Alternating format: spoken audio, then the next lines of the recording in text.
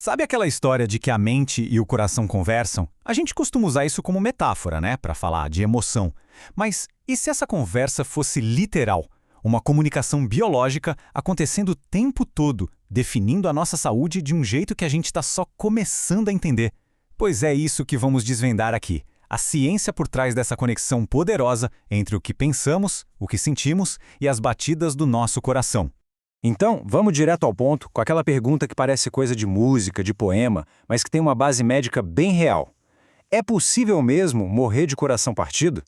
A resposta, por incrível que pareça, nos leva a uma condição médica que é fascinante e muito séria. Pois é, essa ideia não é só poesia, não. Existe, de fato, uma condição clínica conhecida popularmente como a síndrome do coração partido. E ela é a prova mais dramática de como as nossas emoções podem impactar fisicamente um dos nossos órgãos mais vitais.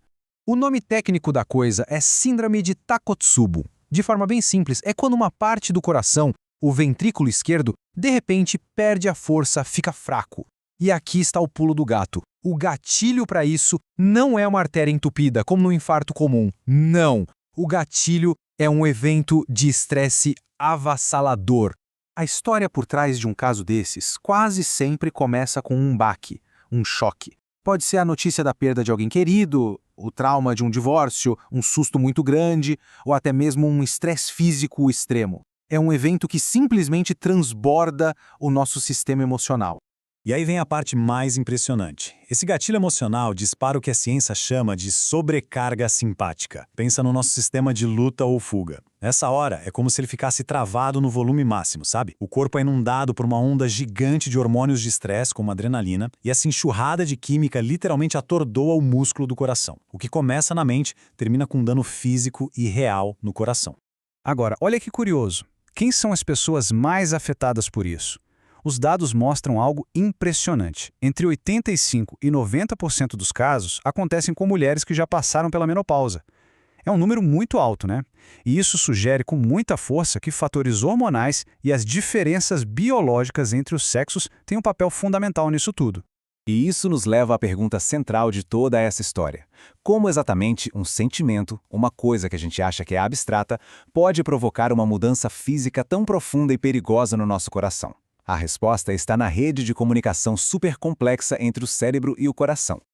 Então, vamos mergulhar um pouco mais fundo na ciência por trás disso. Porque o cérebro e o coração não são órgãos isolados, cada um no seu canto. Pelo contrário, eles estão num diálogo constante, super sofisticado, usando vários caminhos para se manterem na mesma página. Dá pra gente pensar que existem dois canais principais de comunicação. Imagina assim, tem uma linha direta, que são as vias neurais, mandando sinais elétricos super rápidos. É tipo uma mensagem de WhatsApp, sabe? Instantânea. E tem uma segunda via, mais lenta, que são os hormônios viajando pelo sangue. Essa seria como uma carta, demora um pouco mais para chegar, mas o efeito pode ser bem mais duradouro. E quem é que gerencia toda essa conversa? Quem está no comando? É um sistema chamado Rede Autonômica Central. Pensa nela como se fosse a torre de controle do nosso corpo. Ela que processa as informações e garante que o coração responda do jeito certo a tudo que acontece, seja uma corrida ou uma notícia ruim. E dentro dessa rede existem alguns chefes de setor. Córtex insular, amígdala, córtex cingulado, não precisa decorar os nomes. O importante é entender o seguinte, essas não são áreas quaisquer do cérebro. São justamente as regiões que processam as nossas emoções mais fortes, como medo, alegria, raiva, e são elas que estão com o dedo no botão do controle do coração. E aqui vem um ponto fundamental. Essa comunicação é uma via de mão dupla. E, infelizmente, ela pode dar problema nos dois sentidos. Ou seja, um problema no cérebro pode sim acabar afetando o coração. E o contrário também é verdade. Um problema no coração pode prejudicar o funcionamento do cérebro. Vamos ver então a primeira direção dessa via. O que acontece quando um dano no cérebro, como um AVC, acaba, por consequência, ferindo o coração? A gente tende a pensar que um AVC é um problema que fica só ali, no cérebro, certo? Mas a ciência hoje mostra que não é bem assim. Os efeitos de um AVC podem se espalhar pelo corpo todo, e o coração acaba sendo uma das maiores vítimas secundárias. Esse fenômeno tem até nome, Síndrome Coração-Cérebro Pós-AVC. Acontece assim, a lesão lá no cérebro bagunça toda aquela rede autonômica central, a nossa torre de controle. E essa bagunça dispara uma resposta inflamatória gigante pelo corpo que pode levar a uma lesão aguda no coração. E as consequências disso não são pouca coisa. Depois de um AVC, a pessoa pode acabar desenvolvendo insuficiência cardíaca, arritmias ou até quadros que se parecem muito com um infarto. Fica bem claro, né? Um evento no cérebro pode sim criar uma emergência no coração. Ok, agora vamos para o outro lado da via. Como é que um coração que não está 100% pode bagunçar a nossa mente, a nossa capacidade de pensar e a saúde do cérebro a longo prazo? Acontece que o coração e o cérebro têm muitos inimigos em comum. Coisas como pressão alta, diabetes, colesterol alto, noites mal dormidas, inflamação, tudo isso não ataca um órgão só, prejudica o sistema inteiro. Dá para dizer que o que faz mal para o coração também faz mal para o cérebro. E como isso acontece? Por vários mecanismos. Por exemplo, um coração que não bombeia o sangue direito vai mandar menos sangue para o cérebro.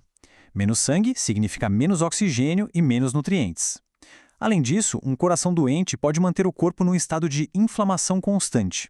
E essa inflamação, aos pouquinhos, vai danificando o tecido cerebral, o que, com o tempo, contribui para o declínio cognitivo e até demência. Bom, entender toda essa dinâmica, essa via de mão dupla, está mudando completamente a medicina. A gente está entrando numa nova era. Uma era de cuidados com a saúde de forma integrada. Essa citação, tirada de uma das pesquisas, resume o problema perfeitamente. Por muito tempo, a medicina funcionou em silos, em caixinhas separadas. O cardiologista cuidava do coração, o neurologista cuidava do cérebro, e um não conversava muito com o outro. Com essa abordagem, muita coisa importante acabava se perdendo no caminho. E a solução para isso é um campo novo que está crescendo muito, chamado neurocardiologia. A ideia por trás é até simples, mas é revolucionária. Tratar o cérebro e o coração não como duas coisas separadas, mas como um sistema único, interligado. Isso quer dizer que os especialistas precisam trabalhar juntos, colaborar, para olhar para a saúde da pessoa como um todo. Para fechar, fica aqui uma reflexão. A cada batida, o coração manda um sinal para o cérebro. A cada pensamento, o cérebro responde para o coração. É uma conversa que nunca para, 24 horas por dia. Então a grande questão que fica é: o que pode ser feito no dia a dia, desde o jeito de lidar com o estresse até o cuidado com a saúde cardiovascular, para garantir que essa conversa seja mais afinada e saudável possível?